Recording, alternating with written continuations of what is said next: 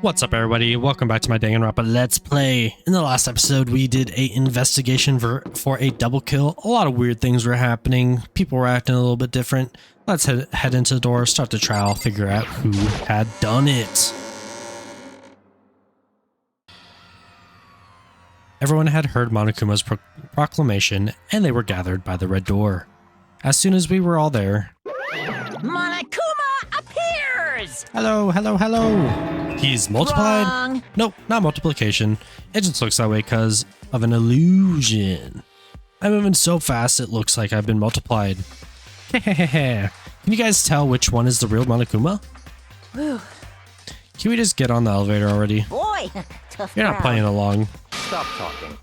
We're not here to play with you. Okay. Okay, fine. Hey, hey! Then if everyone is here and ready to go, please board the pain train or elevator.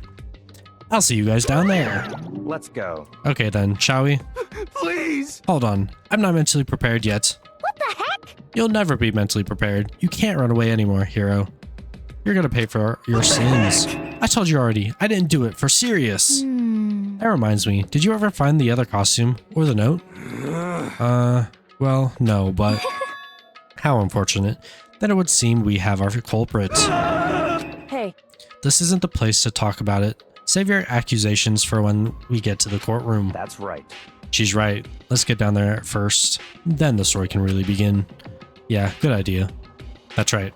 I have to do it. I can't let whoever killed Hifumi and Taka get away with it. For everyone who's still alive. And for the two that lost their lives.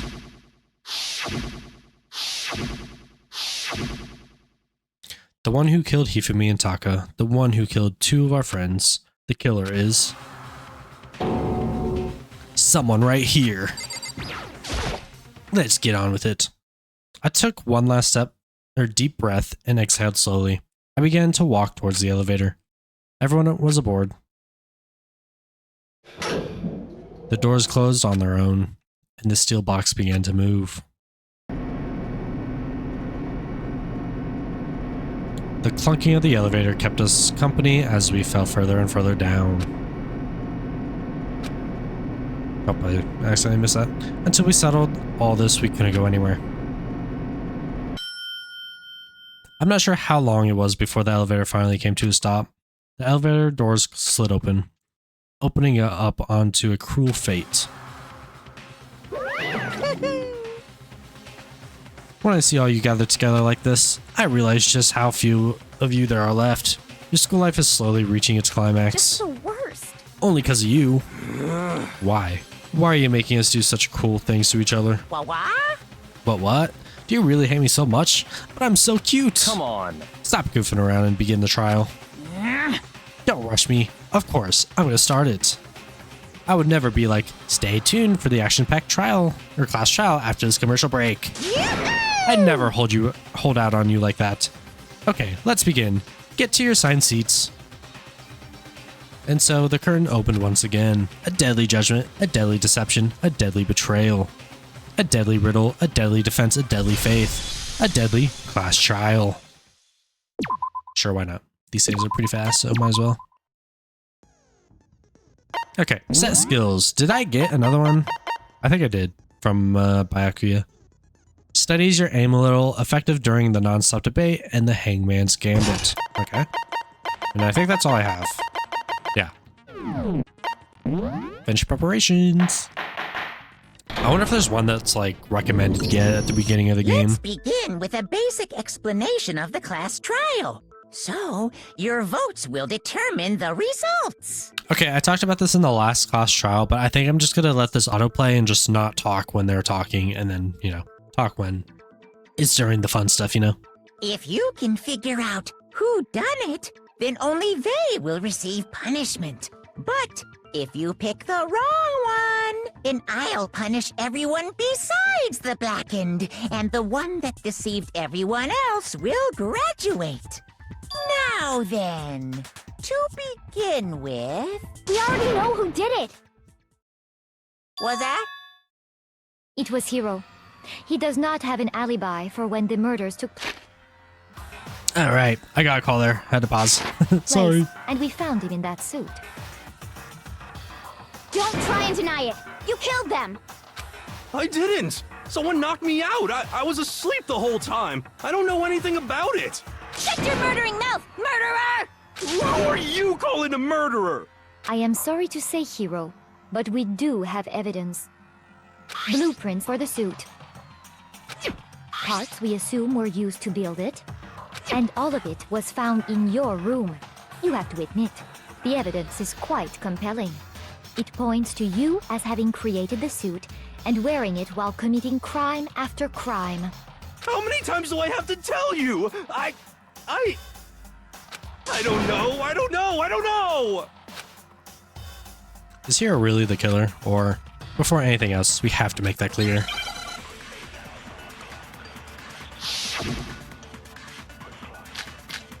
Robo Justice costume, Hero's message, Robo Justice blueprints.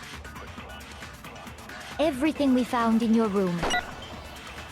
The blueprints, the suit parts, they are all proof enough that you are the culprit.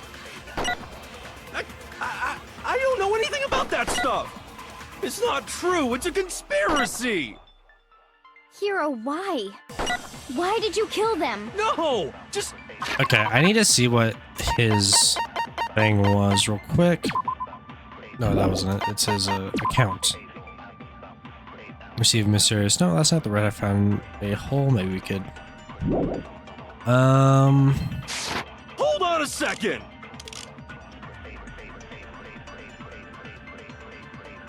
Compelling evidence that Hero is the killer. Is that really true? Everything we found in your room. The blueprints, the suit parts, they are all proof enough that you are the I think culprit. I need to shoot that. I don't know anything about that stuff! It's not true, it's a conspiracy! Hero, why? Oh well, at least we could get a couple of these other. Hold on a second! Couple more of these white noises. Everything we found in your room. The blueprints, the suit parts, they are all proof enough. Get it? No, that's wrong.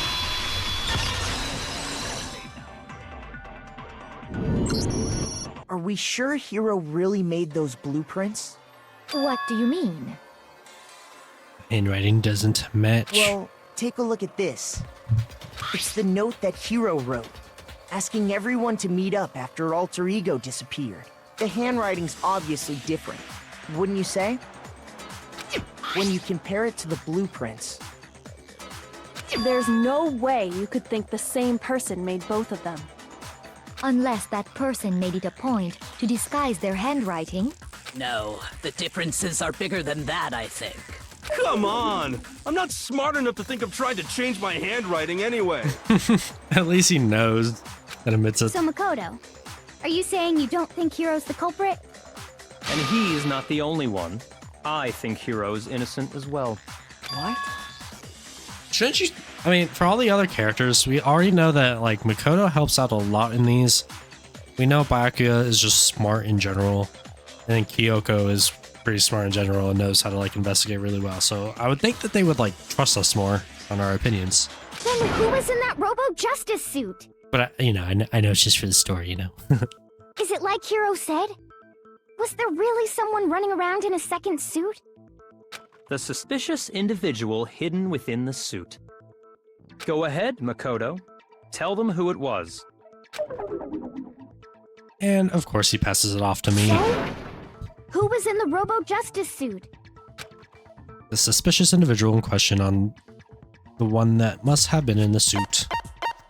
It was the Illuminati. No, it was Hero. I got it! Other than Hero, I can't think of anyone else it could have been.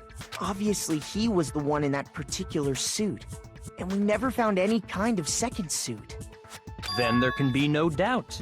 Hero is the prime suspect. That doesn't make any sense. You just said Hero didn't do it.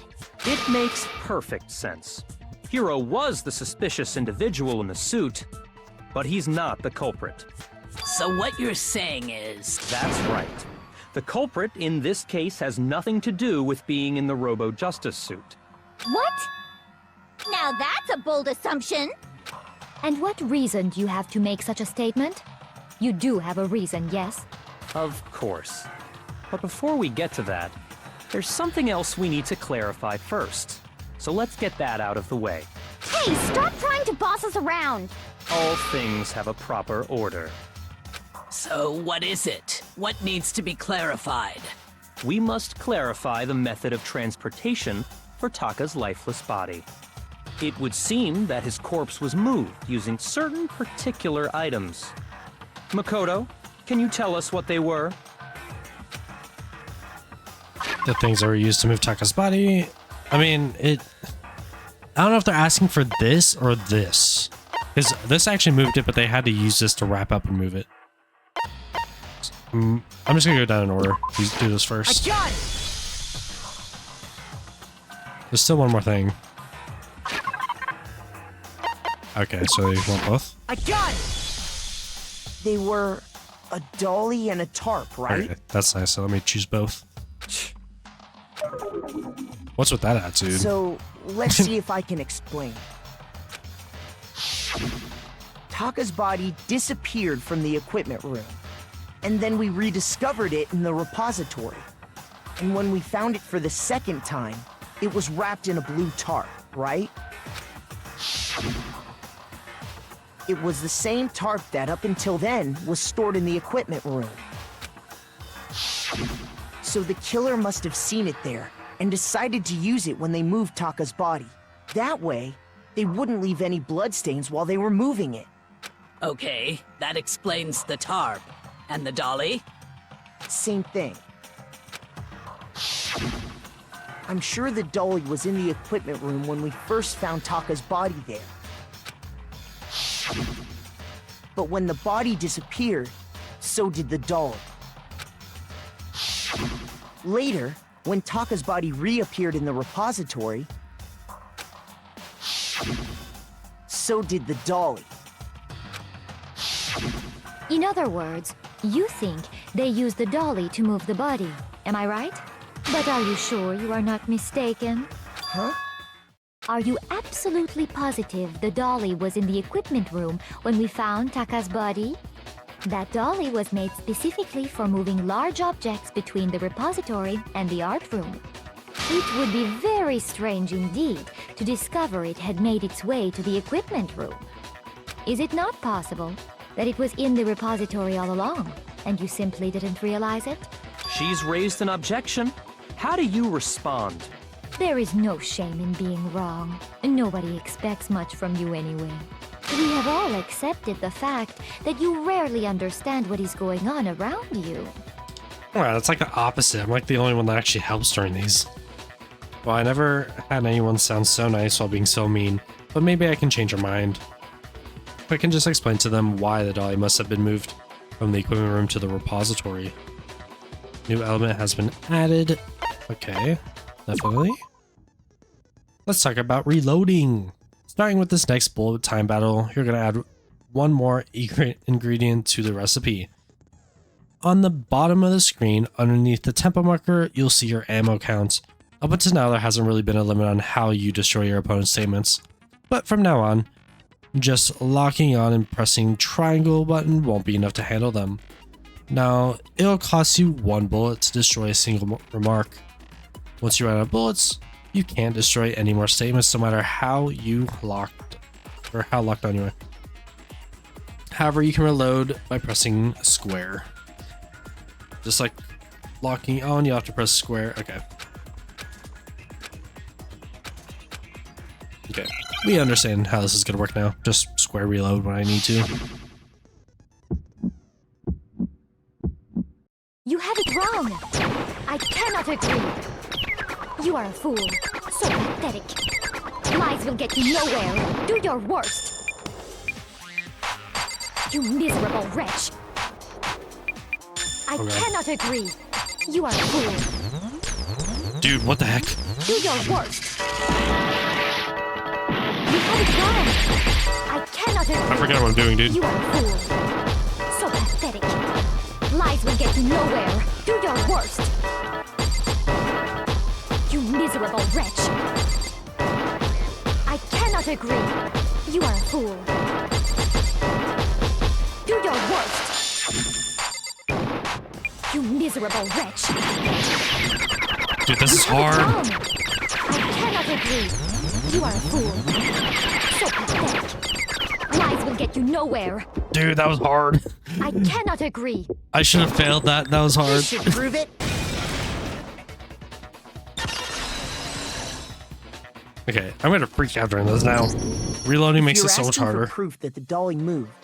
I have it right here.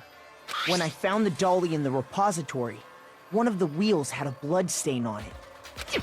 There was a pool of blood in the equipment room with a tire mark in it that matched the dolly wheel's tread. The killer probably rolled the dolly through the blood on accident as they wheeled the body out of the room. And as the blood dried on the tire, they moved the body into the repository. So there's my proof that the dolly was used to move Taka's body. Jeez, does Celeste really hate me that much? Well, anyway, that was just something we had to get out of the way. Let's get back to the main subject. Yeah, the subject of how Robo Justice didn't do it. Because if it's not a killer robot, then what kind of robot is it? I'm not sure that really matters. I'd be happy to explain why the occupant of the suit couldn't possibly be the killer. If you look back on how the body was transported, it will become immediately obvious. If I look at how the body was moved, it'll be clear why the person in the suit could have done it. What does it mean by that? It has to be like, so you have to bend down to move the cart thing, whatever it is, the dolly. Yeah. Although I just don't know which one I need to do. Probably a costume, right? As we know, Taka was killed in the equipment room. And from there, the body was... Yeah, the culprit wrapped the body in the tarp, then loaded it onto the dolly and wheeled it off, right? Now, keep in mind that the dolly doesn't have a handle.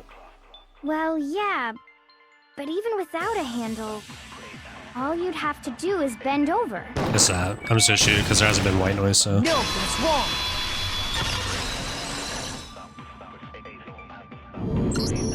You're absolutely right that you could push a dolly without a handle if you stoop down low.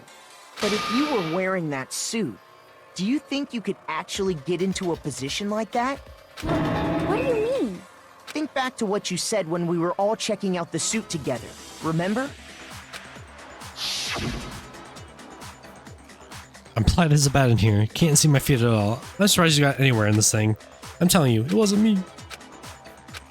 Not to mention you can't bend over. That's When what you're it in said. that suit, not only can you not see your feet, but you can't even bend at the waist. Am I right about that? Now that you mention it, yeah. It seems like it'd be awfully hard to push that dolly if you couldn't bend over. Well, what's to stop you from simply pushing the dolly with your feet? When you can't even see your feet? You really think someone could kick the dolly all that way? Yeah, it'd be totally impossible. Not that I can say for sure myself.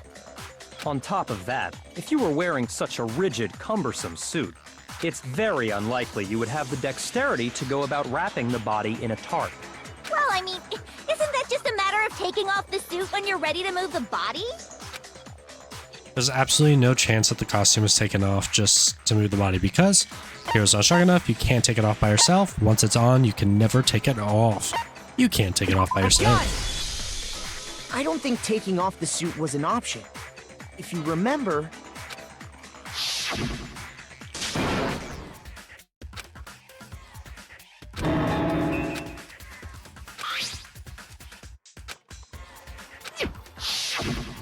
That's true. It seems impossible to put the suit on or take it off without help. Then, you really can't take it off by yourself?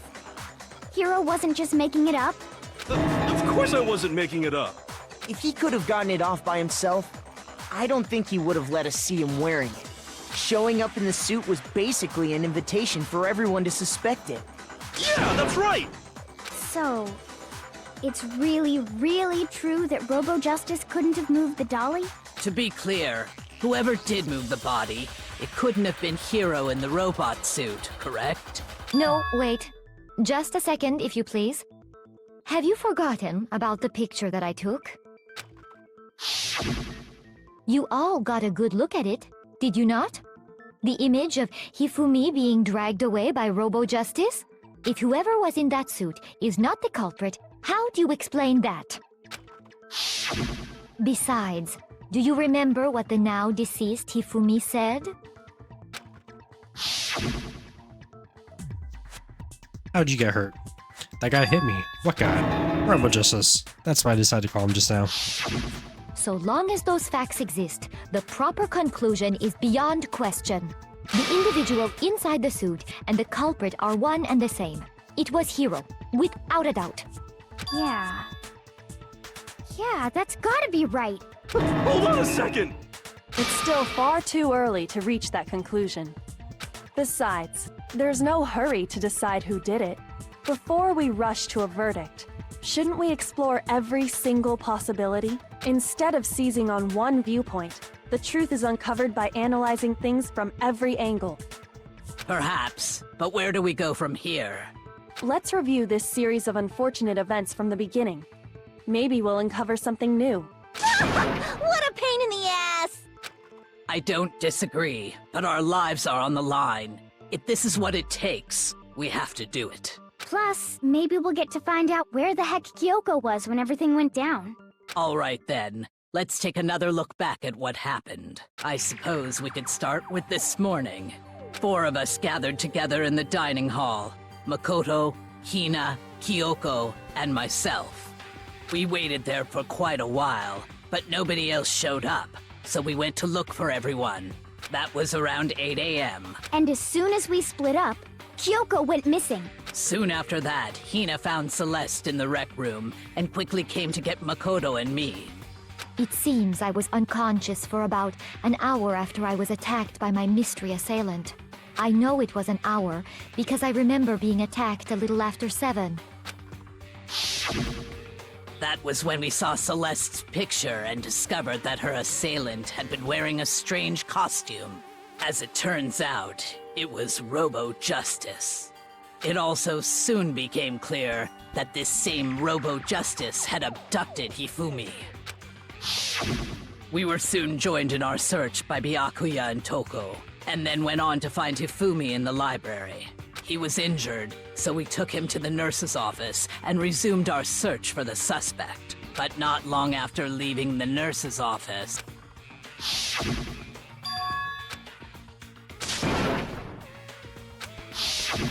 When Celeste told us that, we decided to split up and search the 2nd floor.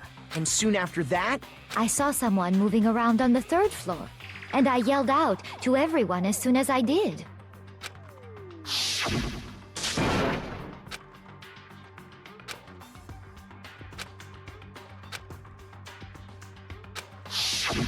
and then...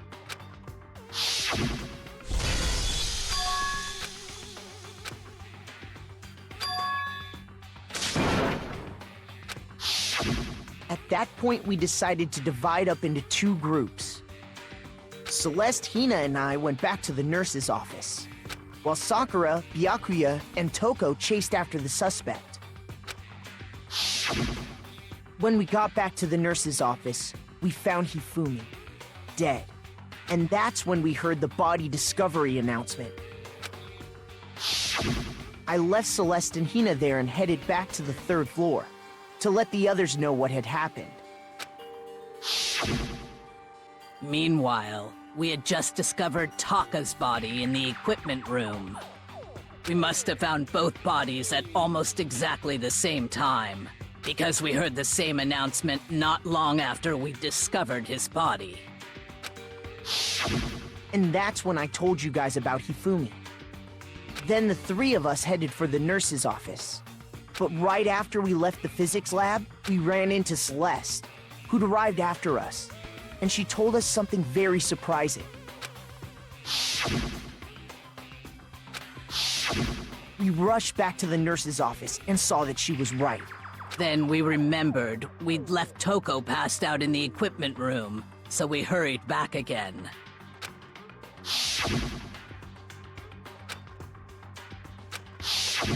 But when we got there, we discovered that now Taka's body had also gone missing.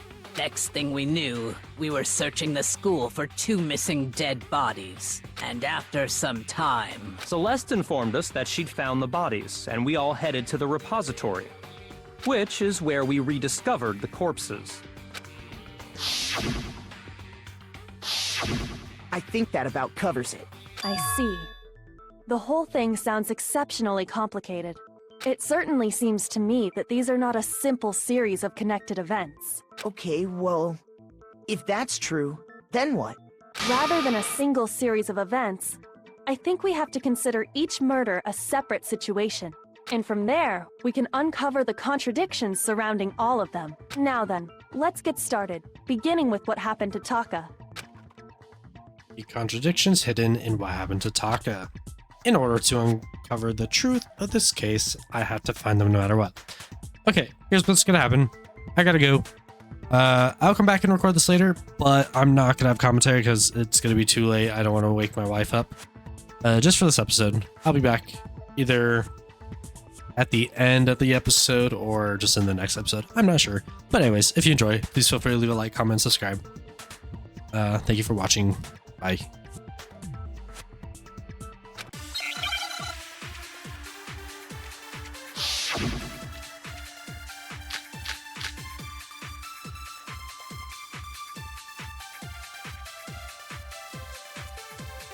So, regarding Taka's death, I wonder if he died before Hifumi, or perhaps it was after? We already know what order they were killed in. Taka came last. What makes you say that? Because of the numbering of the Justice Hammers. It's true that Hifumi was killed with Justice Hammer 3, while Taka's death came from a swing of Justice Hammer 4. See? So it's obvious Taka came after.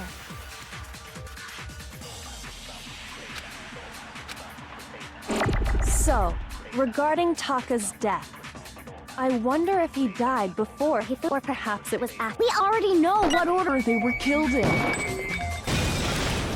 No, that's wrong.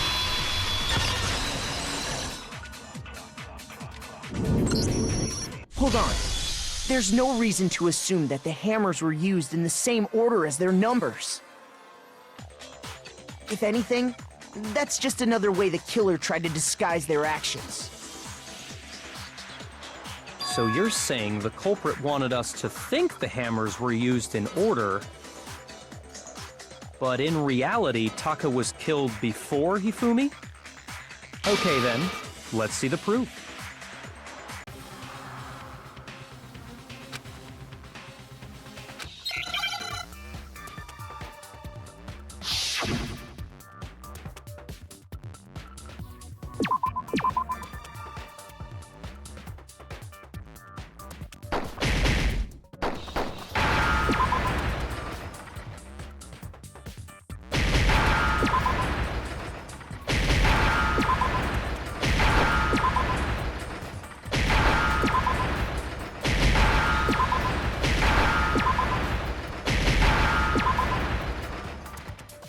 Now I understand. I've got it. Taka's wristwatch. See? Look. It broke with the hands pointing just past 6 o'clock. It must have gotten broken when he was attacked by the killer, because as of last night,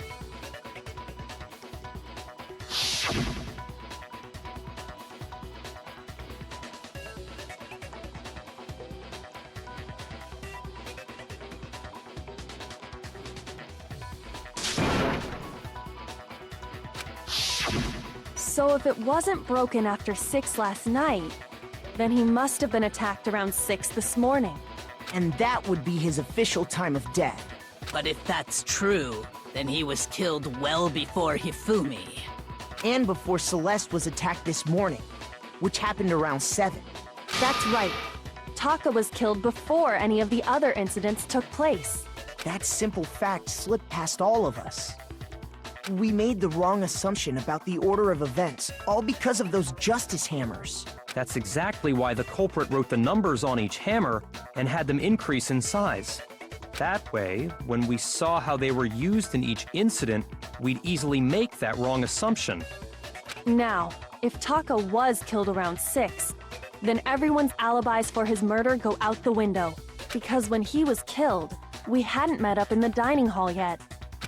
That may be true in the case of Taka's murder. But all of our alibis still hold true for Hifumi's death. That's right. With him, at least, we're all safe.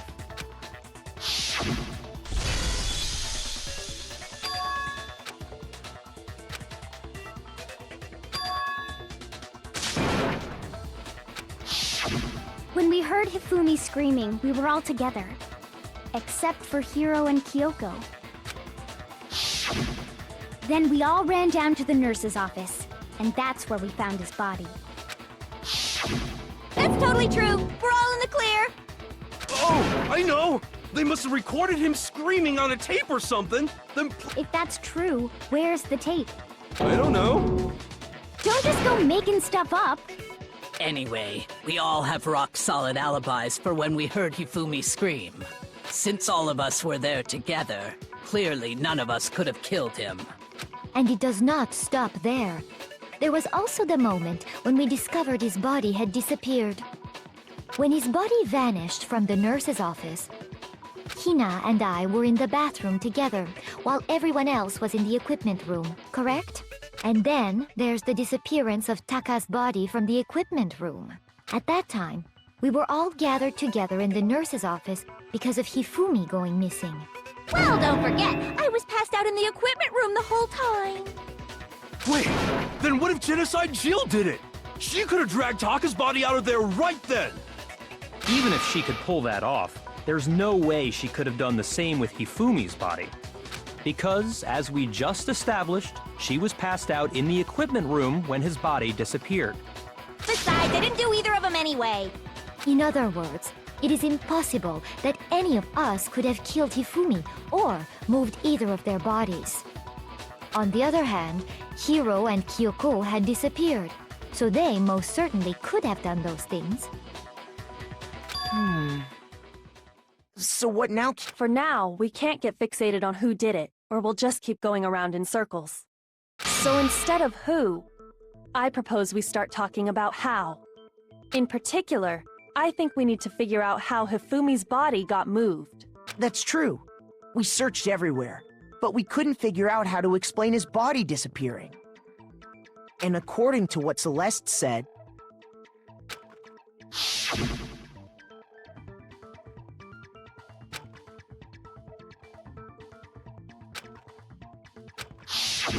his body apparently disappeared in the 1 minute her and Hina took their eyes off of it. But to carry that much weight from the first floor up to the third in that short amount of time? Oh man, yeah! There's no way! It'd be impossible! Well, what if I told you there was a way to make the impossible possible? What? How? If the dead body were to move itself. The dead body moved on its own? No! Not another ghost! I don't think it has anything to do with the occult. I think what she's implying is, we thought Hifumi was dead, but perhaps in reality he was still alive.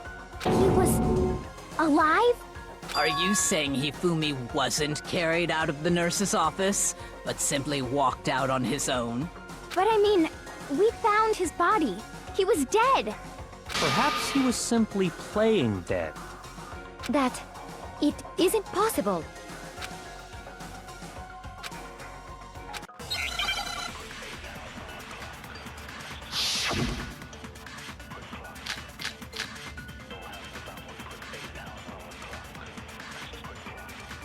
Are you saying that when we first found Hifumi in the nurse's office, there's a chance he was actually still alive? No, it is impossible. Hifumi was dead, without a doubt. And you know that how? Surely you heard the body discovery announcement along with the rest of us. Hifumi's dead body had been found. And that is why the announcement was made. Are we really so sure about that? Maybe the announcement was intended to signal someone else's discovery.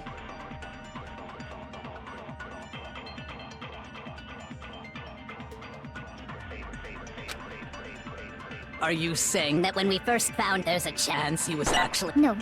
Hifumi was dead, and you know that. Surely you heard the body. Hifumi's dead body had been found, And that is why Are we really so? Maybe the announcement was intended to signal someone else's discovery. Are you saying that when we first found Hifumi in the nurse's office, there's a chance he was actually still alive? No.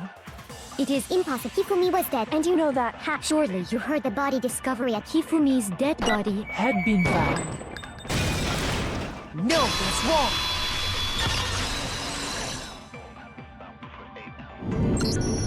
Was the body discovery announcement that was made really intended for Hifumi? Of course it was. The announcement played right after we discovered his body. Maybe. But that was also the same time that Taka's body was found. That's right. It wasn't long after finding his body that we heard the announcement. So there's a good chance we've made a mistake in there somewhere. I think we've confused whether the announcement was for Hifumi or Taka.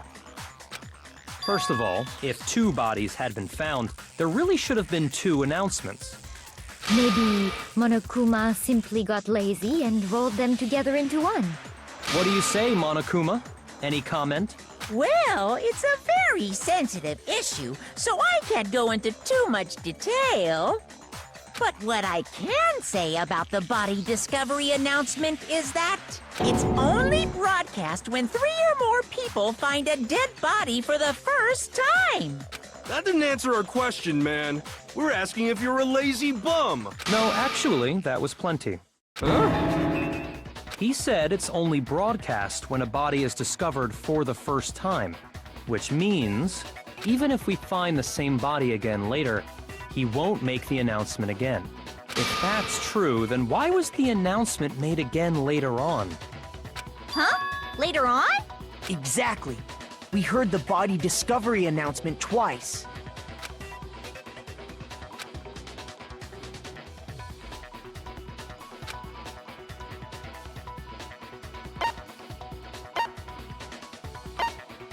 I got it! We heard it a second time in the repository, when we rediscovered the 2 bodies.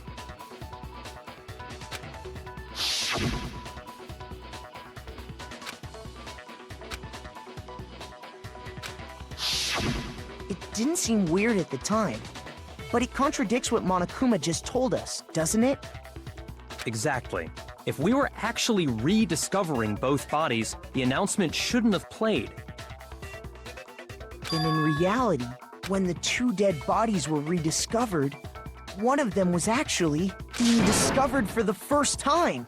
So, when we found Hifumi the first time in the nurse's office, he wasn't actually dead yet. Meaning, he wasn't actually found dead until we came upon him in the repository. And that's just part of it. There's one other thing that leads me to believe he was still alive in the nurse's office. Oh, I know! Because he was super good at playing dead! Bada bing, bada boom!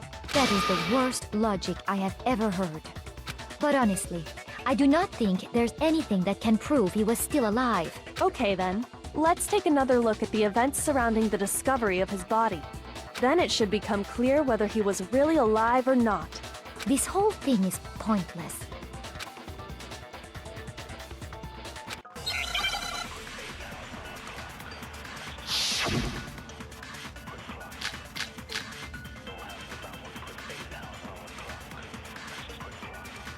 Well, here's one thing we do know. The first time we found Hifumi's body was in the nurse's office. And then, while me and Celeste were in the bathroom, his body disappeared. And the next time we saw his body, it was in the repository. But when you compare his body before being moved and his body after being moved, other than the change in how it was positioned, there was no notable difference. No, that's wrong!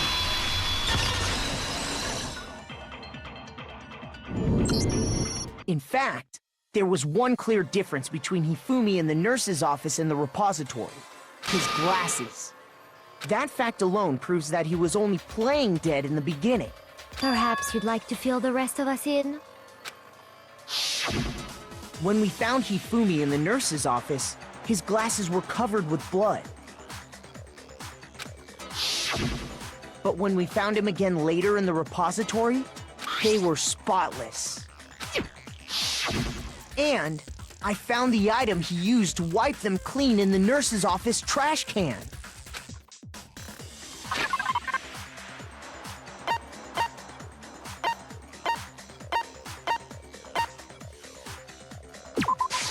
I got it! It was a glasses cleaning cloth featuring a certain cartoon mascot. One look at the bloodstain on the cloth should make things clear. This piece of cloth was used to wipe Hifumi's glasses clean. And the mascot on the cloth is the same one that's on the digital camera, right? And whose digital camera was it? Hifumi's, of course. The character was Princess Piggles. From Demon Angel Pretty Pudgy Princess, I think. I highly doubt anyone but Hifumi would have brought something like this to school.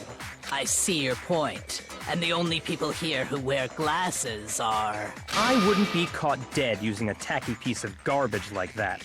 A few tissues is all I need to keep my glasses clean. Then there's no question. It belonged to Hifumi. So what you're saying is...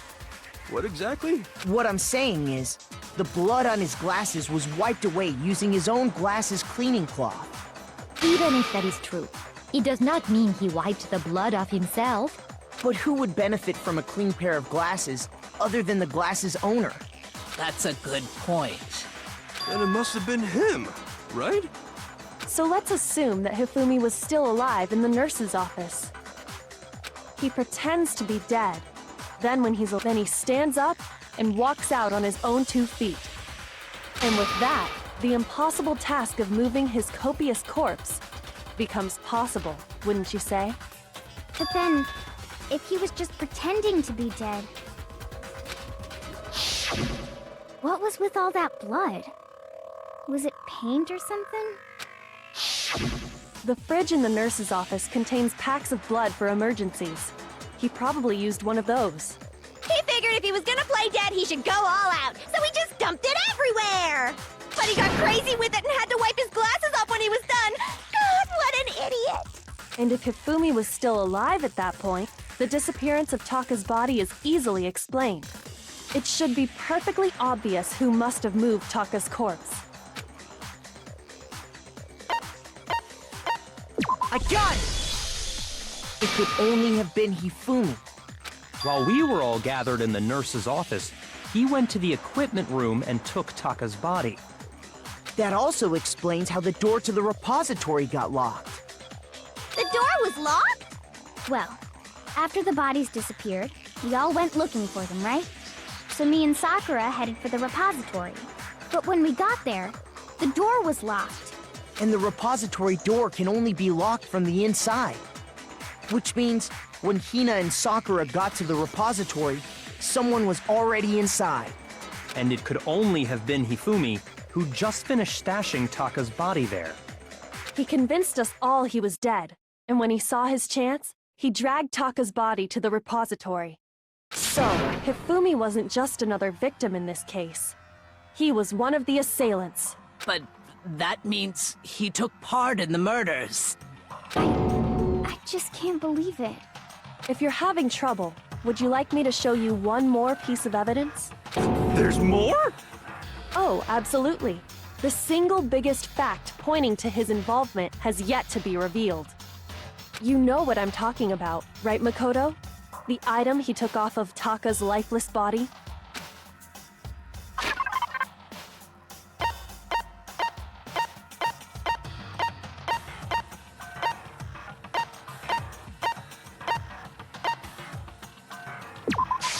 I got it! You're talking about the note Hifumi had hidden away, aren't you? Hidden note? That's right. We found it stuffed in his pants. What? In his pants? Yes, his pants. Okay, well, forget about the pants for now. Take a look at what the note says.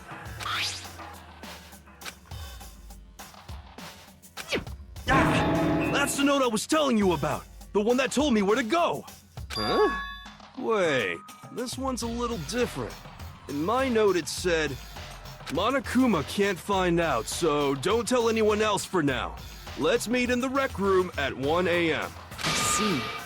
Then this note isn't the same one Hiro got. It's not the same? In other words, the killer got in touch with another person besides Hiro, and that person could only have been...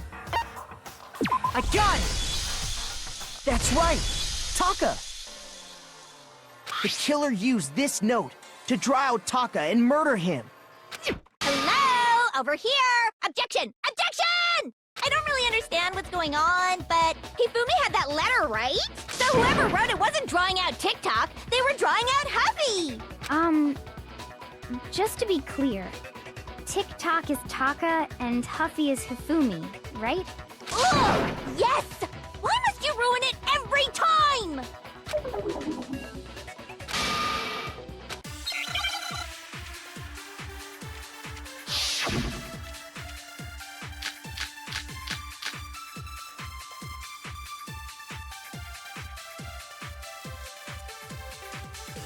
Huffy had the note, right? Then the person it was intended for must have been Happy! But remember what the note said. What time did it say to meet? 6 a.m., I believe. The time doesn't matter! The note has nothing to do with TikTok!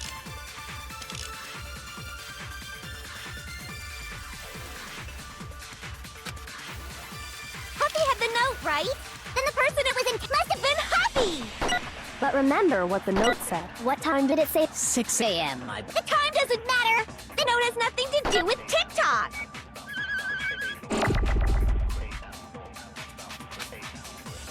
Huffy had the note, right?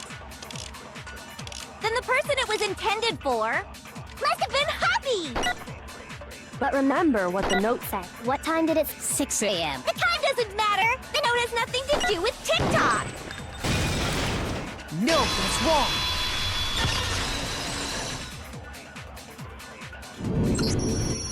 No, there absolutely is a connection. What the hell are you talking about? The note said to meet at 6 a.m., which is the same time Taka was murdered. We've already proven that using his wristwatch. But there's more. Look where the note says to meet. The equipment room, right? Which is where Taka was killed. I see.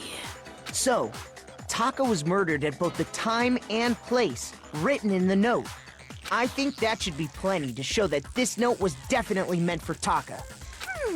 Well, when you put it like that... No further objections! Then someone used that note to trick Taka. Just the same as me. The culprit really is a cold-blooded monster. Telling people they found a way out. But if they gave the note to Taka, what was Hifumi doing with it? Stuffed down his pants, no less! Most likely. Hifumi stole it off Taka's corpse after he died. Huh? He stole it? Where's your proof? Go ahead, show us.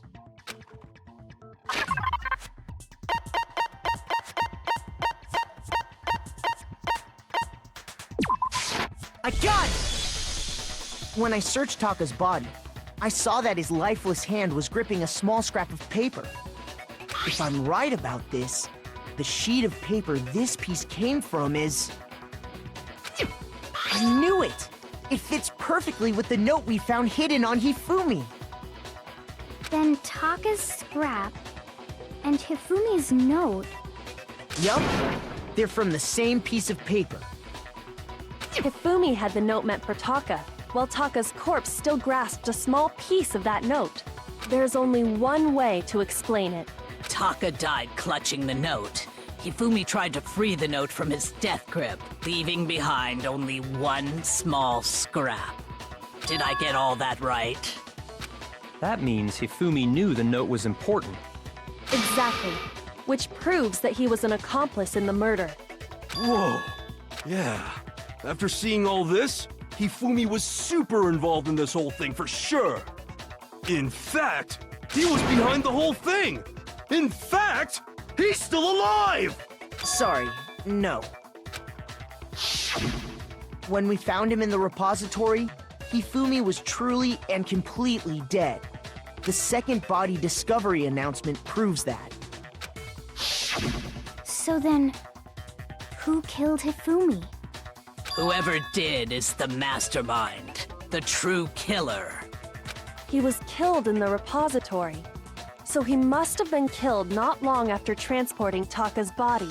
So, he must have been killed after Taka's body vanished, but before we found both bodies in the repository.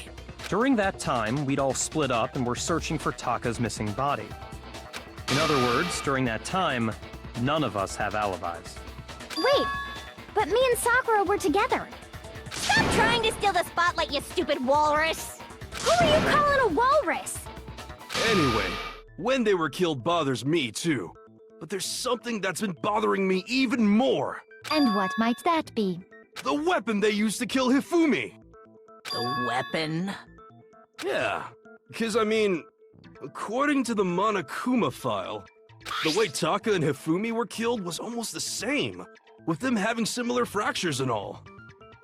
But Justice Hammer 3 and 4 were still laying around in the nurse's office and equipment room, right? So if Hifumi was killed in the repository, the culprit would have had to grab one of the hammers, kill Hifumi, then put the hammer back where they found it. But wouldn't that be seriously risky for him? I'm surprised.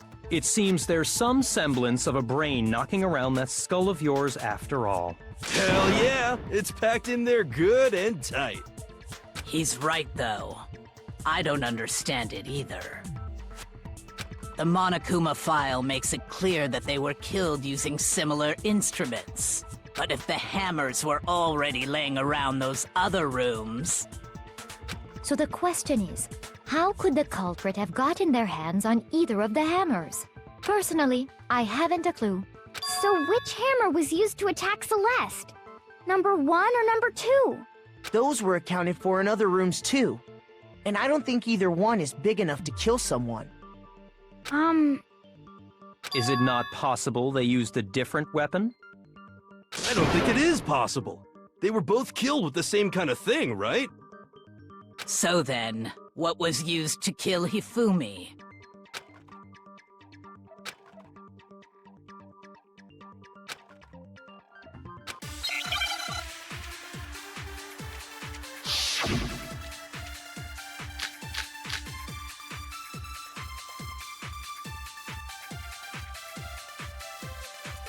What was used to kill Hifumi?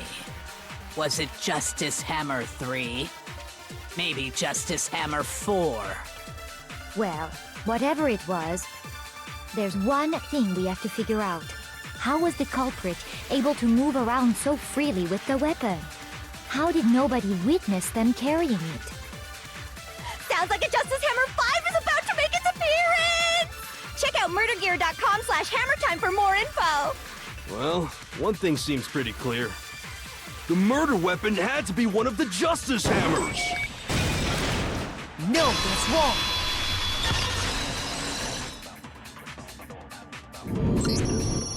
The murder weapon wasn't a Justice Hammer at all. No, it was something completely different. But, seriously? A different weapon? Specifically, a hammer from the repository. The killer could have easily used that to kill Hifumi. Now, all the hammers in the repository were covered in flecks of grit and debris. But for some reason, one of them had been scrubbed clean. Huh? And the reason it had been scrubbed clean was most likely because it was used to commit murder. If the hammer got covered in Hifumi's blood, of course they'd have to clean it off. I'd also like to point out that the repository has all kinds of hammers. Big ones, small ones, and even some flat mallet-like ones. I think whoever made the Justice Hammers used those as a basis for their design. If that's true, that would explain the Monokuma file's note about the wounds being similar. So Hifumi moved Taka's body to the repository, where someone then used a hammer to kill him. And whoever did that is the true killer. The one Hifumi was working with. And the one who betrayed him. Hold on a moment. I still think it's strange to assume someone was working together with him. The way the graduation rule works, there is no benefit to helping someone else carry out a murder. So the idea that anyone would work together like that is simply ludicrous. We talked about this, did we not?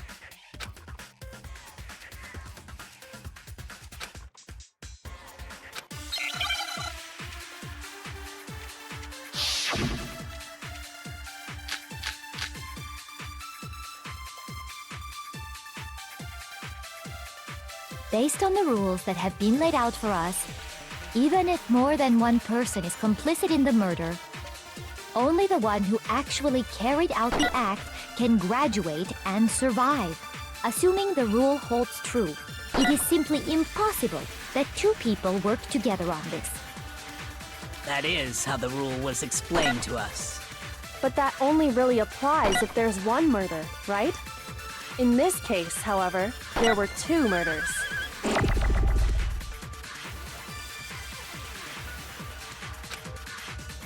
Based on the rules that have been, even if more than one, only the one who actually carried out the act, assuming the rule holds true, it is simply impossible. No, that's wrong.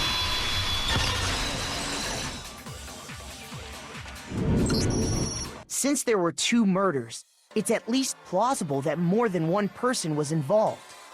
What do you mean? If there'd only been one murder, then yes, the idea of an accomplice isn't really worth considering. Naturally, if only one person can be saved per murder, an accomplice has no risk versus reward benefit. Risk versus reward benefit? The payoff for working together. The reward that balances out the risk of taking part in a scheme. There's no point in being someone's accomplice if there's no benefit to you. However, if there were some potential mutual reward for the risk, then cooperation becomes possible. You're saying that two people could act as each other's accomplices to commit two separate murders. I think that's what the true killer told Hifumi. They would each have an accomplice for their crime. And based on the case's events, Hifumi would have been the first one to act, murdering Taka. They made him carry out the first murder so he couldn't back out of helping them later on. So in this case, there wasn't one single person committing multiple murders. Instead, each person killed someone, creating two separate incidents. And it only looked like one person because that's how the true killer designed it to look. A single suspicious individual, a similar weapon used in each crime, disappearing bodies. By creating one seamless set of circumstances, they made it look like one person was behind it all. The mastermind picked their target and managed to convince him to go along with their plan. And then, to avoid the no accomplices rule, they simply killed their accomplice. Which, if true, means that betraying Hifumi was part of the plan from the very beginning. That's just awful! How could anyone be so cruel? You think so? I can't help but admire its cunning. Still, their choice of accomplice seems odd.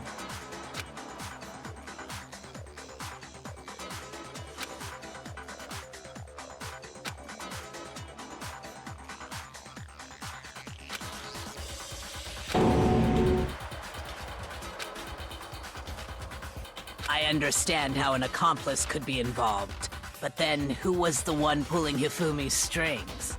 That's problem numero uno right now!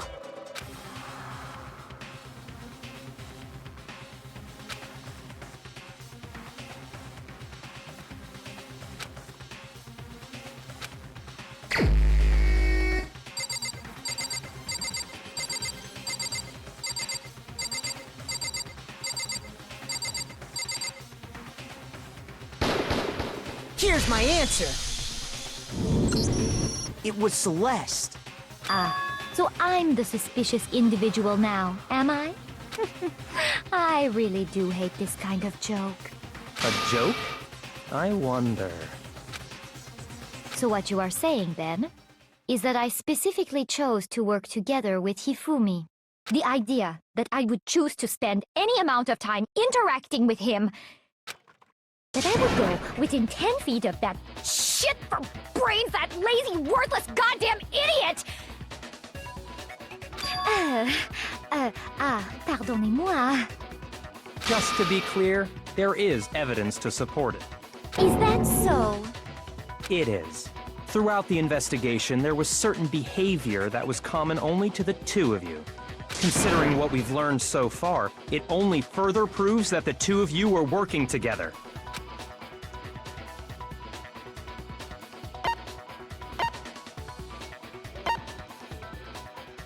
I got it! The behavior they had in common has to do with the suspicious individual in the suit, doesn't it? The only ones who ever actually saw Robo-Justice firsthand were Celeste and Hifumi. Shush, the adults are talking now. Sorry. As he said, only Celeste and Hifumi ever laid eyes on the costumed individual. If we accept that Hifumi was one of the culprits, we can't help but suspect what Celeste has said as well. Are you saying everything they told us was a lie? After taking Hifumi to the nurse's office, we all began our search for this individual, correct?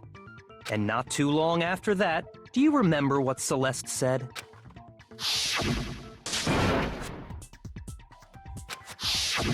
We headed to the second floor specifically because of what she claimed to have seen.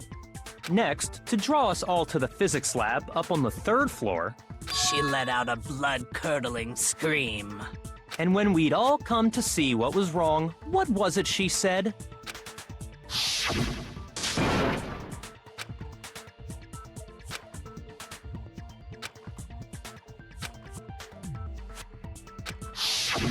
Once she'd done her job of getting us all up to the physics lab, it was time for her partner to get to work.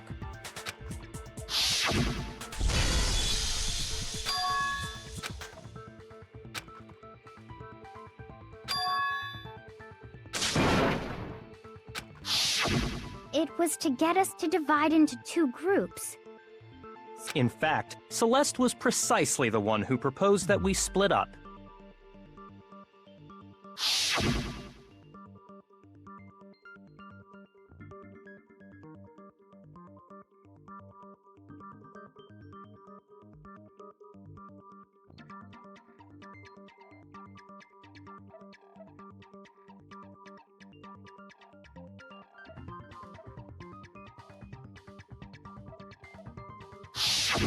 Well, if Celeste and Hifumi were working together, all those chance events suddenly become connected. And on top of that, that piercing cry of yours early on.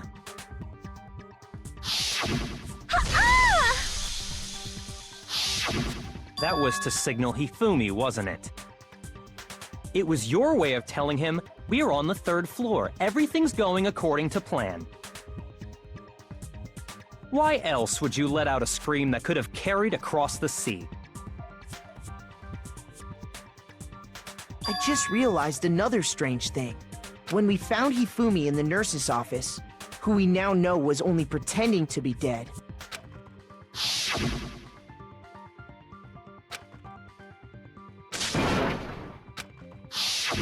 Celeste, you were the first one to say he'd been murdered. You wanted to make sure we wouldn't have any doubt in our minds. I don't believe it. Everything, the whole thing was one big act. Hina, you were with Celeste when Hifumi's body disappeared, right? Yeah. I was feeling kinda sick, so Celeste took me to the bathroom. Wait! Then that was... She wasn't worried about you. She just saw a chance to help Hifumi sneak out of the nurse's office. Each piece isn't much by itself, but start putting them together and the picture gets very ugly indeed. Wouldn't you agree, Celeste? I have no idea what you mean. Don't bother trying to deny it. You made one fatal mistake. Oh, did I? I didn't even catch it myself when you first said it, but... looking back, I can say that that one little slip-up was your undoing. What are you talking about? I'm talking about what you said after Hifumi's body disappeared and we returned to the nurse's office.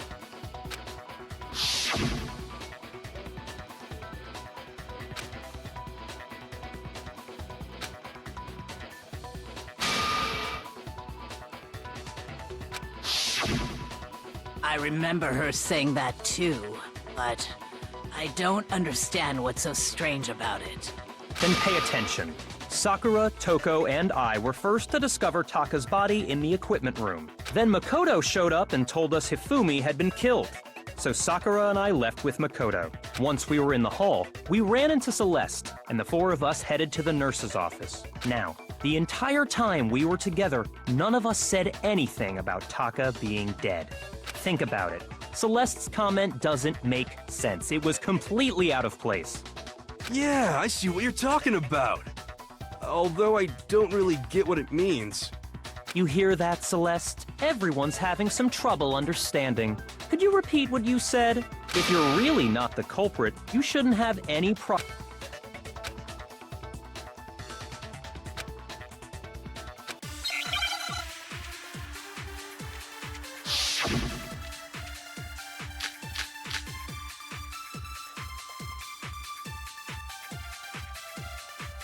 All I said was, they must really be enjoying this.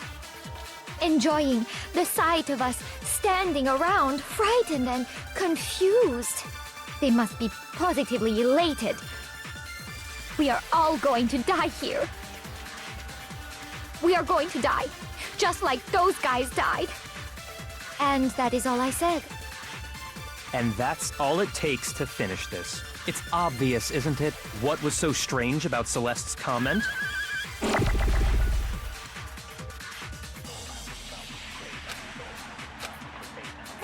All I said was, they must really enjoying the sight of us. They must be. We are all going to die. We are going to die, just like those guys. No, that's wrong.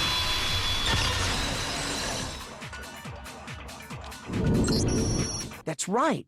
There's no reason Celeste should have said, just like those guys died. When she said that, none of us had told her Taka was dead. Exactly. And we didn't run into her until after we were all out in the hall. So there was never any chance for her to have seen his body in the equipment room for herself. So how did you know, Celeste? How did you know more than one person had been killed? And how did you know they were both guys? Because Kyoko had also disappeared, right? So she could have been dead too. You all have such vivid imaginations. You know that? Imaginations? You claim that I was lying when I told you about the suspicious person I saw. Then what about the picture I took? How do you explain this picture of the costumed villain dragging Hifumi away?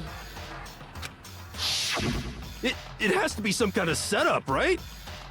So let's put the suit on, and then she used the camera's timer to... Have you so quickly forgotten? You are the only one who could have possibly fit into that suit. Plus, I happen to know that this particular camera does not have a timer. In other words, it is an unassailable fact that this is a picture of Hifumi being dragged away. If everything I told you was a lie, how can this picture exist? Simple. Are we sure that's really a picture of the suspect dragging Hifumi away? What could you possibly mean by that? Surely there are other explanations than the one you've offered up. No, there is no other explanation.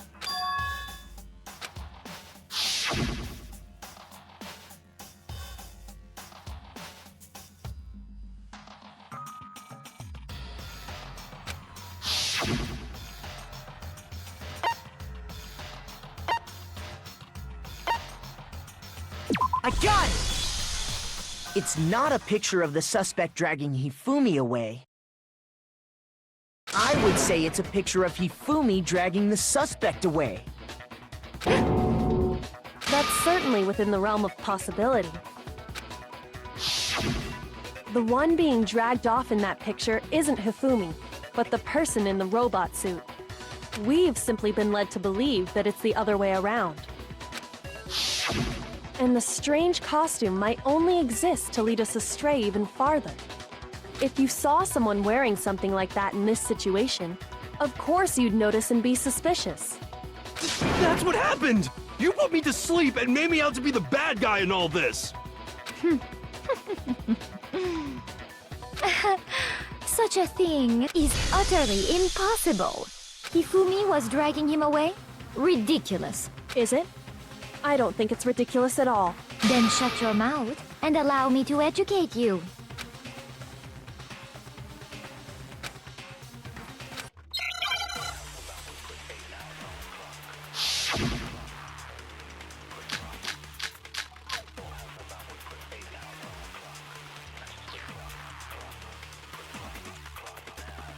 You dressed me up in that suit after I passed out! Then you just draped me across Hifumi and had him carry my weight! You tried to make me look like the bad guy! Like I said, ridiculous. As you can see in the picture, the suspect is standing perfectly upright. If the person inside the suit was unconscious, there's no way they could stand up straight like that. Then the fortune-telling idiot is the culprit after all! No way!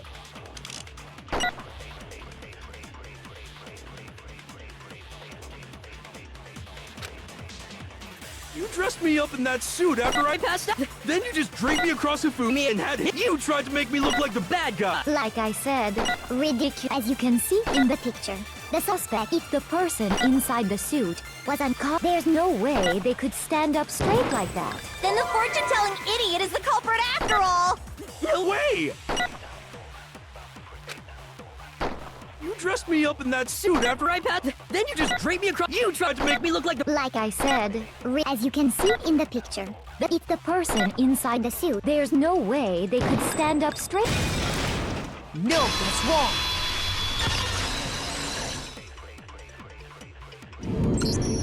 No. Even if the person inside the suit were unconscious, they could still stand up like that, because that Robo-Justice suit had a certain characteristic.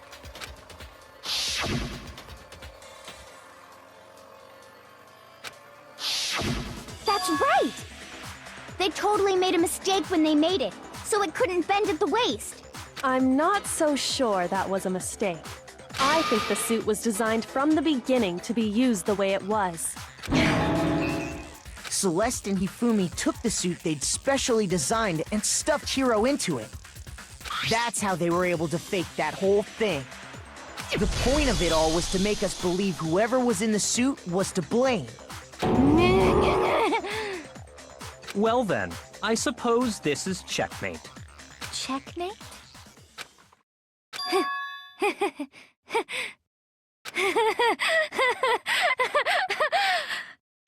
Don't make me laugh, you idiot!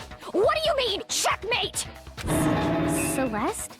Clearly, you want to cram me into your little guilty box. Well, there's one little problem. Have you already forgotten what Hifumi told us as he lay dying?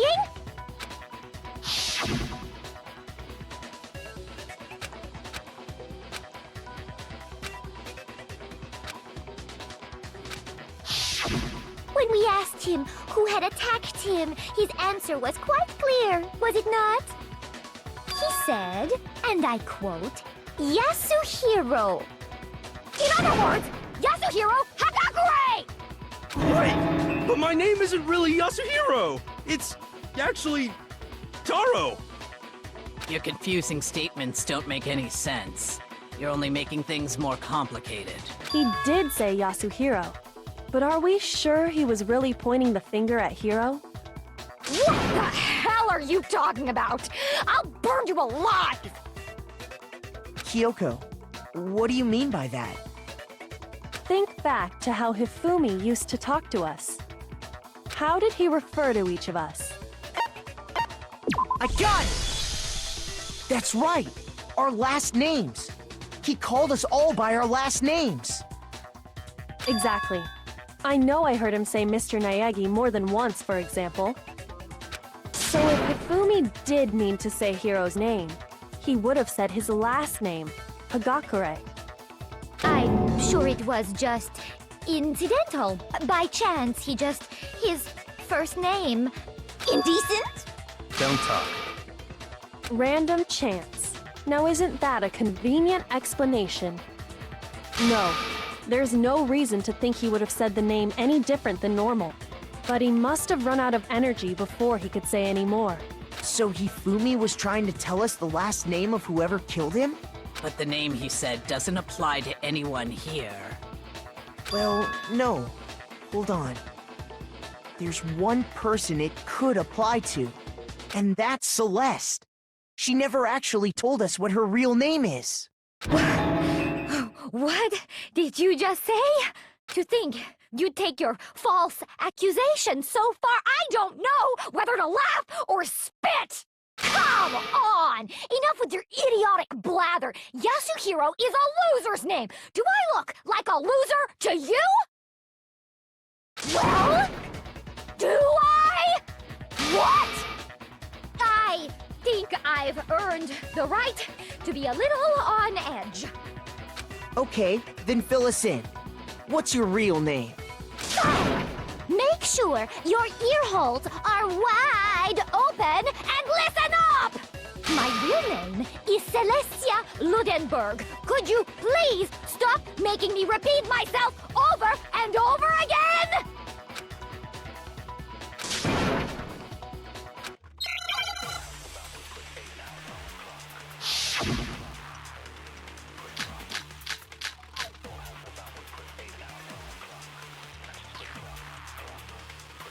Hifumi was trying to tell us something. He wanted us to know the killer's last name, Yasuhiro. If there's one person here who might have that last name, It would have to be you, Celeste. You haven't told anyone what your real name is. How many times do I have to tell you? My name is... Celestia Ludenberg, god damn it! How long do you plan to go on pretending? I'm not pretending. It's the truth. And since you have no way to contradict me... No, that's wrong!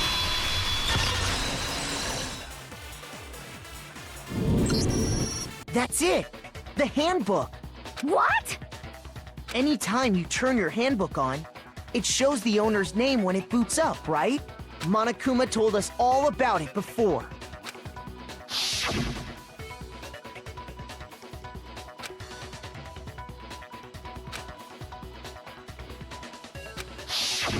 So all we have to do is check her handbook, and that'll clear up everything.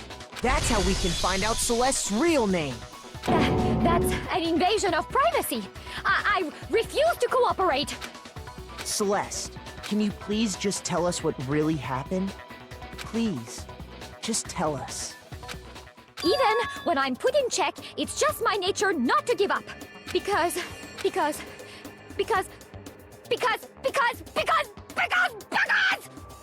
Until the game's over, you never know what might happen. Fine then. Let me settle it.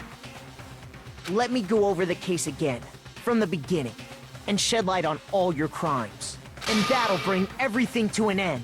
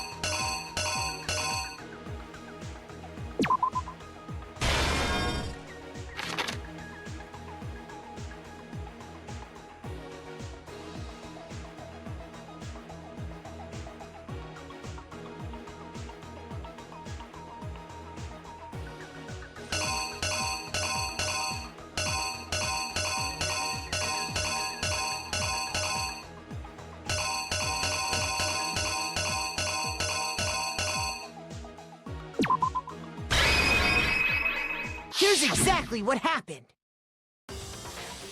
Before anything, the killer persuaded someone to help carry out the murder. And that person was... Hifumi. With an accomplice, the killer was able to execute a number of otherwise impossible schemes.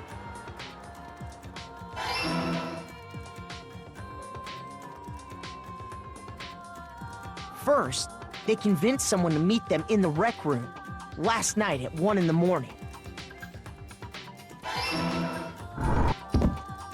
That someone they met with was Hiro. The murderous duo intended to pass Hiro off as the prime suspect, so when they met up with him, they drugged him, knocked him out, and stuffed him into the Robo-Justice suit.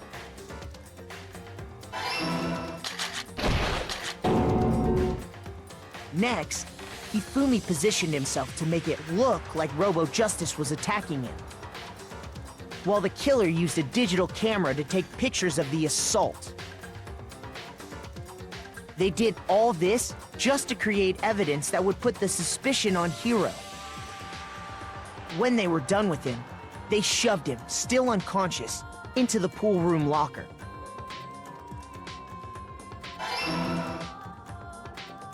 And then finally, at 6 a.m., they moved into the murder phase of their plan. They called Taka to the equipment room.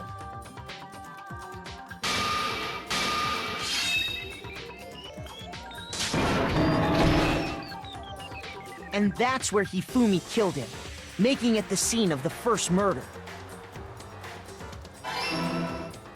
The murder weapon was Justice Hammer 4, which was left there in the equipment room.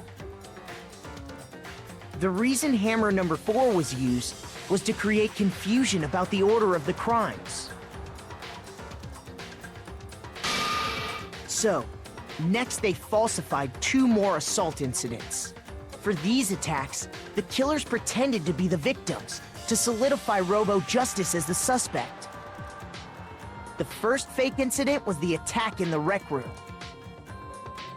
There, the killers wanted us to see Justice Hammer 1 and the Robo-Justice pictures they'd taken. They wanted to make sure we bought the surprise attack story. The second fake incident was the attack in the library. This time, they planted Justice Hammer 2 and an injured Hifumi to sell us that story.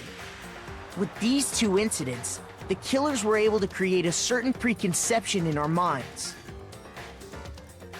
that the suspect was increasing the size of the hammers and attacking people in order as they did.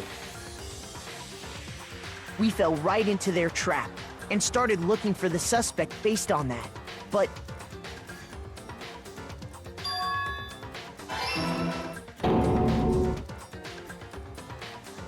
while we did that, we left Hifumi alone in the nurse's office. This was exactly what Hifumi was hoping for. He took a blood packet from the refrigerator and Justice Hammer 3 and turned the room into a crime scene in which he himself had apparently been brutally murdered.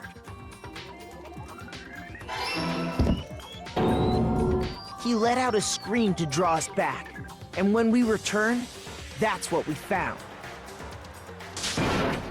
Meanwhile, the other group that had been out searching found Taka's body at the same time. So when we heard the body discovery announcement, we naturally assumed it was for Hifumi. We left the nurse's office, and Hifumi once again took advantage of the situation. He simply got up and made his escape. When we learned his body had disappeared, we all rushed back to the nurse's office. And once again, Hifumi had the chance he was waiting for. This time, he snuck into the equipment room.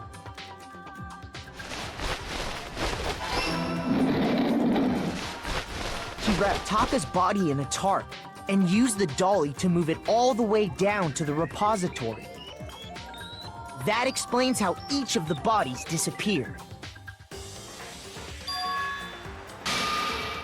But even Hifumi didn't know what the true killer had in mind for their final act.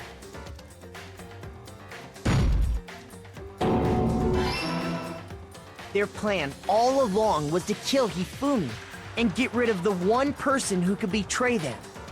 And they did it using an ordinary, everyday hammer from the repository.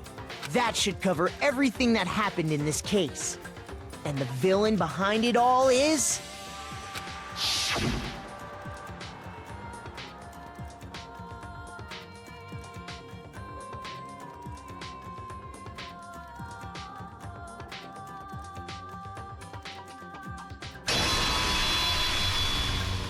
Celeste! Sorry, you lose.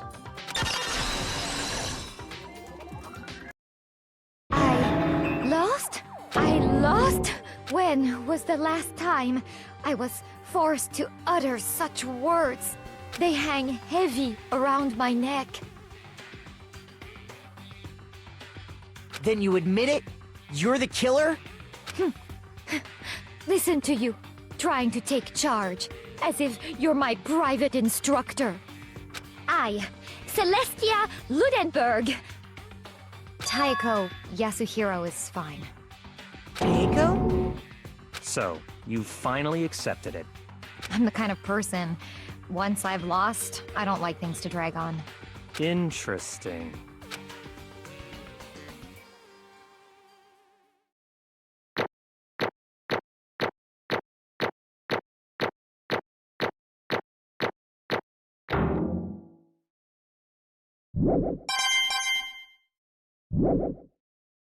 Okay, Monokuma.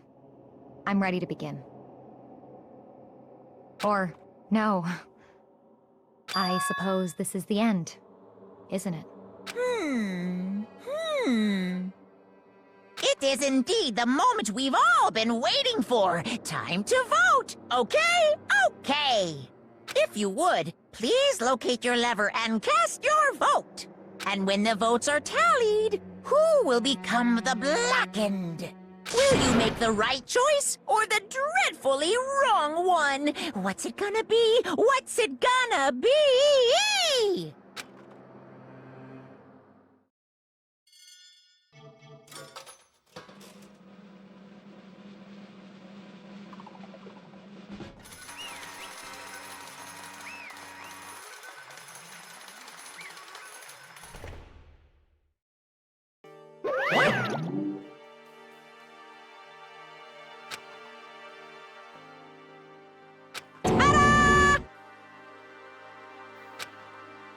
Honestly.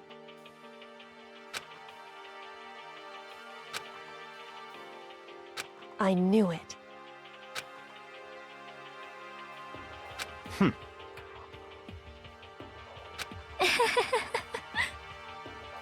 So then...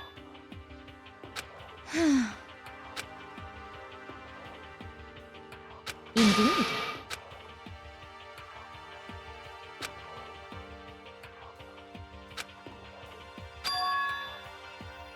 Say what? Just a second. In other words... Indeed. I see.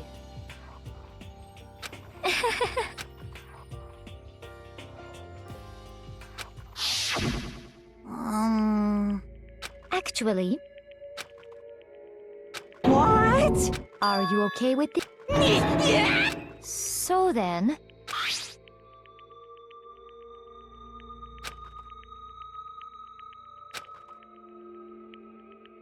Damnation!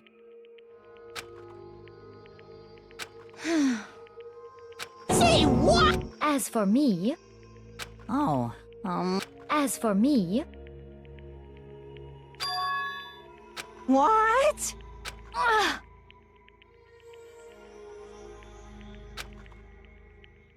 Damnation!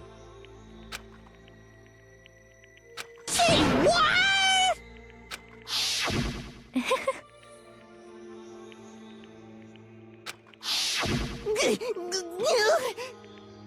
Completely unforgivable. Most unfortunate. Actually, What?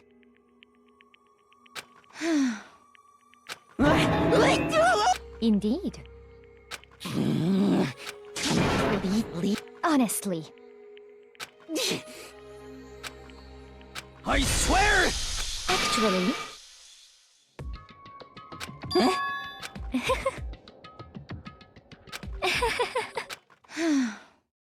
Hmm?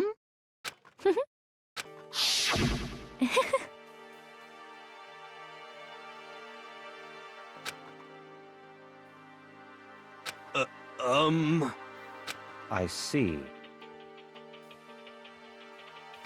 indeed.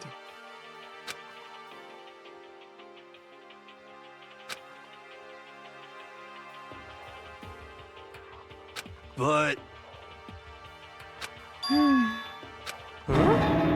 Let's see.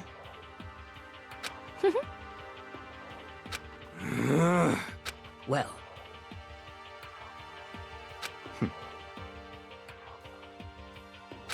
Are you okay with?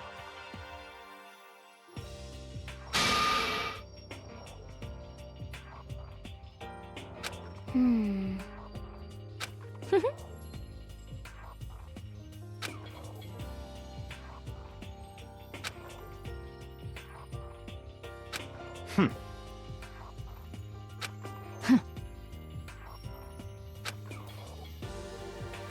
so in the end,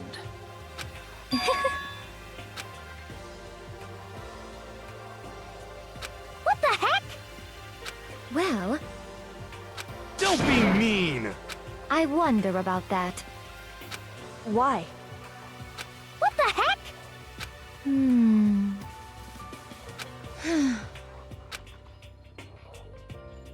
But... You little bitch! Hey! You little bitch!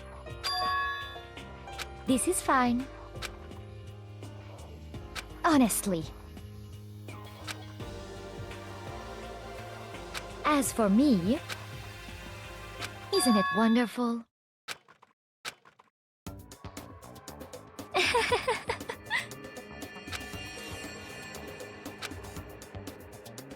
This is fine.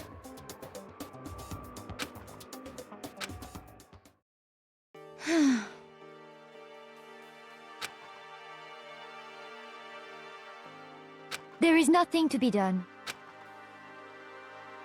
Just the worst. Oh. Do you understand? What is this?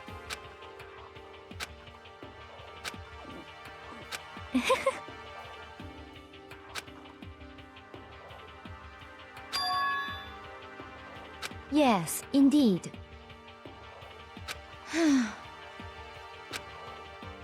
Isn't it wonderful? Hey...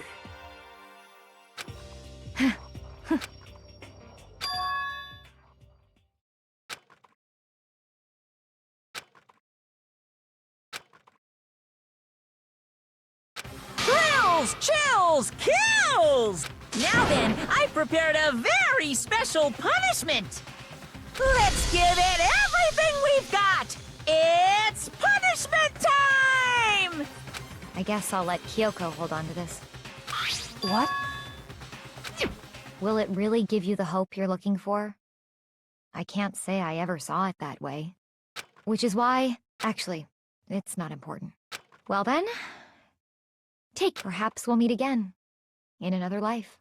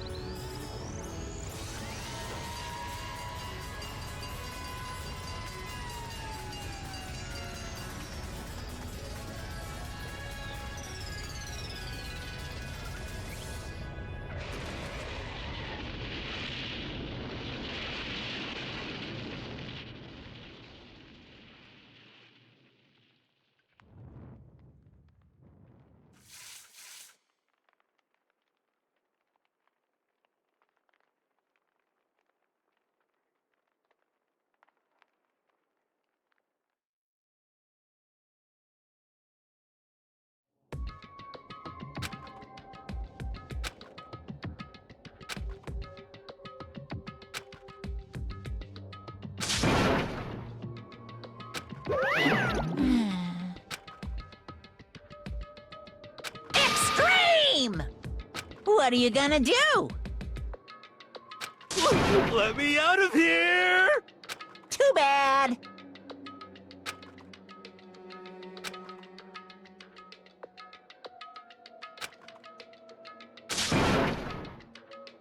How strange.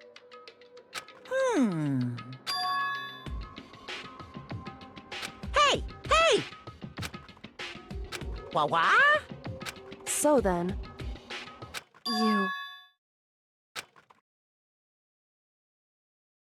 Ooh!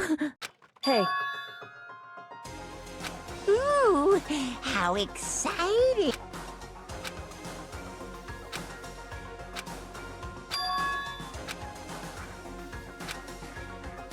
Hello.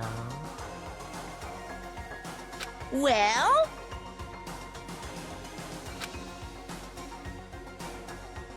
See ya later!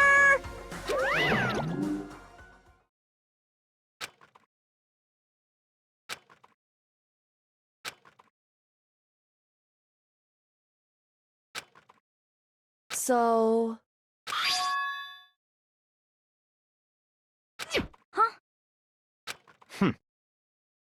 Hey, Indeed.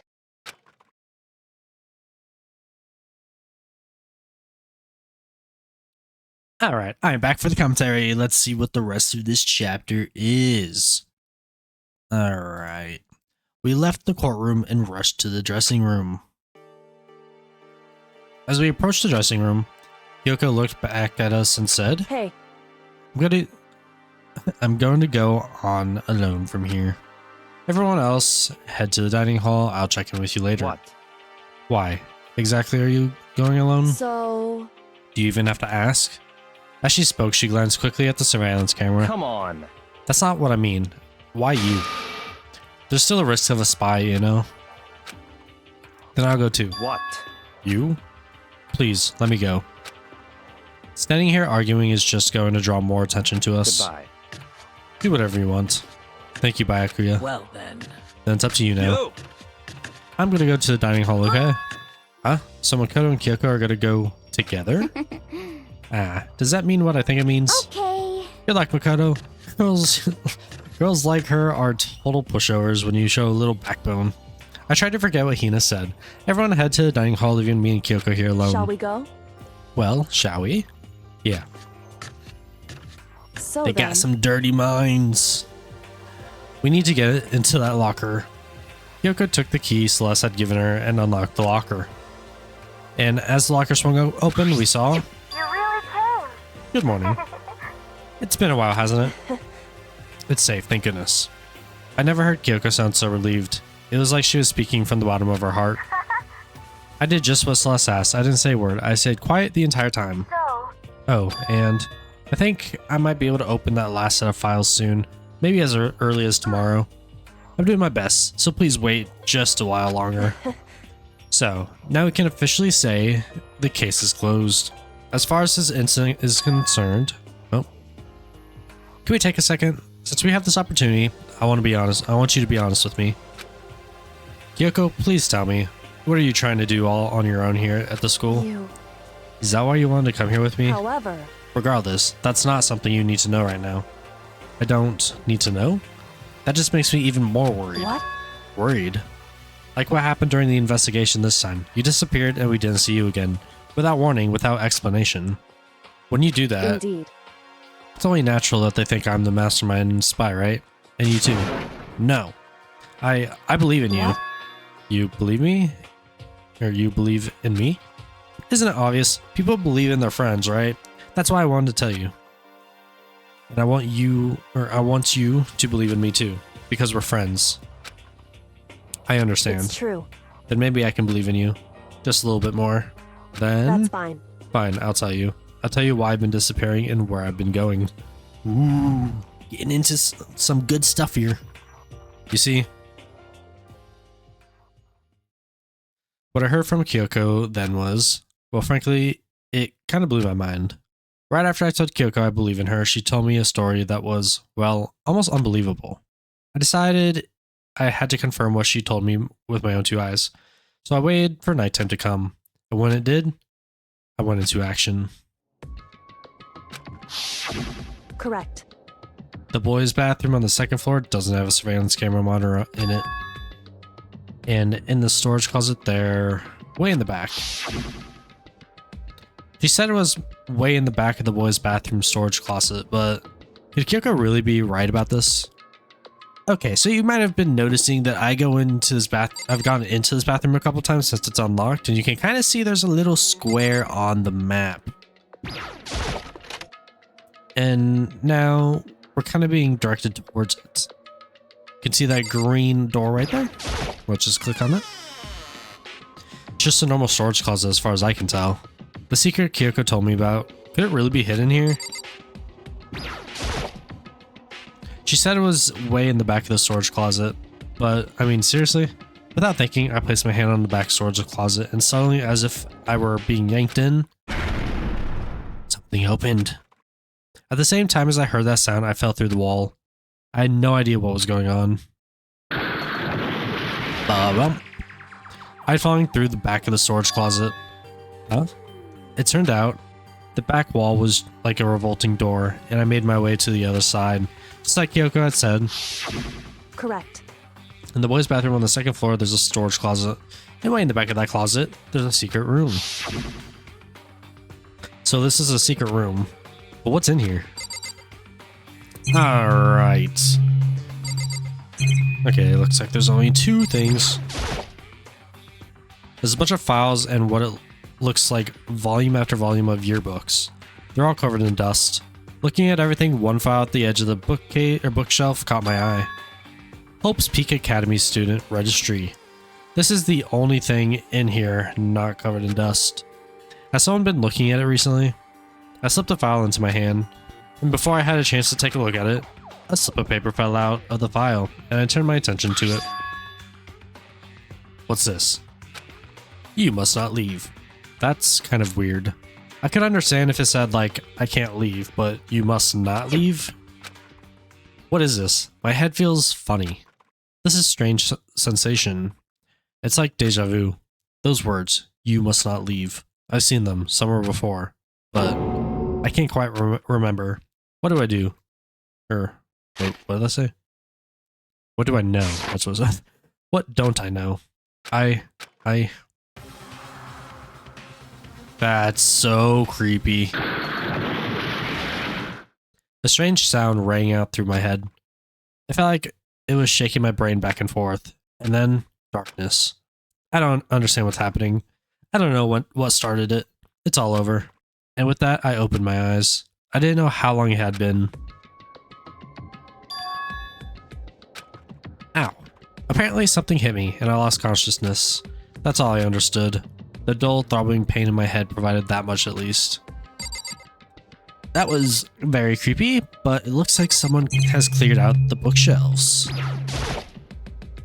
Just a normal desk with normal drawers. An empty bookshelf. Huh? Empty? Gone. It's all gone. The yearbooks, the student registry, and even the note that had fallen on the floor. It's all gone. What does this mean? But my brain refused to do any more work. The insistent pain in my head began to spread across the rest of my body. For now, I should go back to my room, get some rest. My body was heavy with pain and my mind heavy with thought. I dragged myself back towards my room. Somehow, I made it back to the first floor of the school. Dude, Kyoko's not gonna be happy. The further I walked, the more I felt things are getting blurry. I can't see in front of me. I couldn't stop myself from collapsing right there. And after that... As if from a vast distance I heard a sound. It was faint, but undeniable. That sound, it's coming from the gym?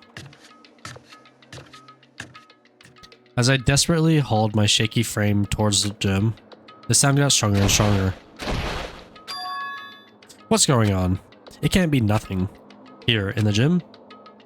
Well, let's take a look. What do you guys think it is?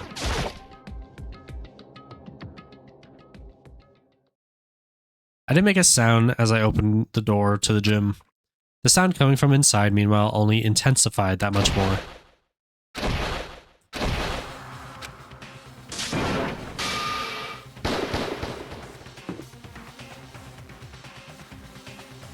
Before me, there raged a battle beyond anything humanly possible.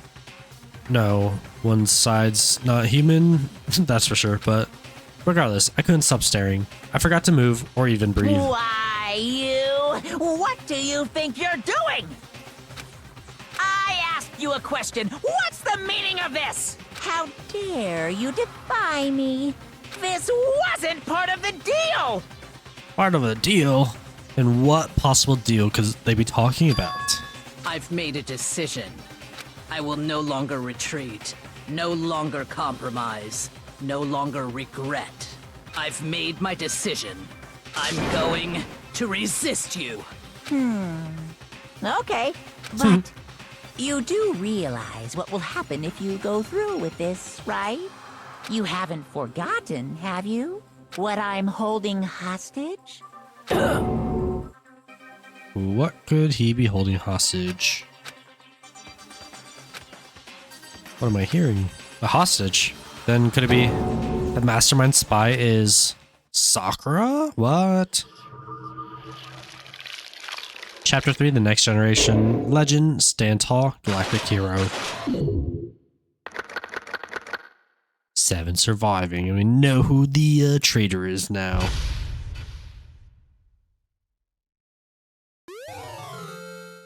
You received the Super Robo Justice present. And we got our trophy. 3's a crowd. Yeah, anyways. Let me know in the comments if anyone, like, figured out who was the spy or not, or if you even saw that coming, like, in the slightest. Because my first time around, I sure did not expect it to be her. But anyways, I'm going to end it here. If you enjoyed the video, please feel free to leave a like, comment, and subscribe. It'd really help me out, and I would really appreciate it. Thank you guys for watching.